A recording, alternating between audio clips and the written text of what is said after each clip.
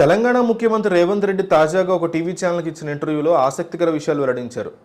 అంటే అడిగిన ప్రశ్న కూడా అట్లాంటిదే అనుకోండి, అది వేరే విషయం. ఈ సందర్భంగా కేసీఆర్కి జగన్ ఒక ప్రామిస్ చేశారని, లోక్సభ ఎన్నికల తర్వాత తన వారితో కలిసి కాంగ్రెస్ ప్రభుత్వాన్ని కూల్చి తెలంగాణలో మరోసారి కేసీఆర్ని సీఎం చేస్తానని జగన్ కేసీఆర్కి హామీ ఇచ్చారనే ప్రశ్న రేవంత్కి ఎదురైంది.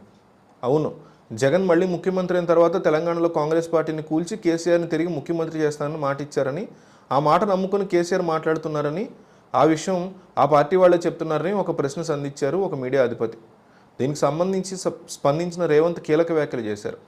ఇందులో భాగంగా, నా దగ్గరున్న 65 మందితోనూ నా పర్సనల్ రిలేషన్ బాగుంది. ఆ 65 మందిలోనూ ఒక్కరే సీఎం కాగలరు కాబట్టి నేను కాకపోతే ఇంకోరైనా కావాలి. మా ఇద్దరిని తీసేస్తే మిగిలింది 63 మంది. వారిలో ఎవరైనా ఎవరితో కంఫర్ట్ ఉందనే చూసుకుంటారు కదా.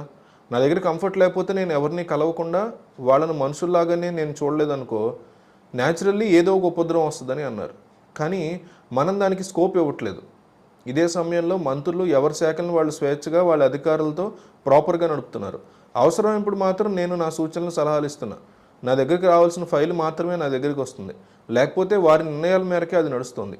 ఇదే సమయంలో తాను వార్ జోన్లో ఉన్నప్పుడు ఎవరు చెప్పినా వినను, కానీ రూమ్లో కూర్చున్నప్పుడు మాత్రం ఎవరేమి చెప్పినా వింటానని రేవంత్ రెడ్డి స్పందించారు.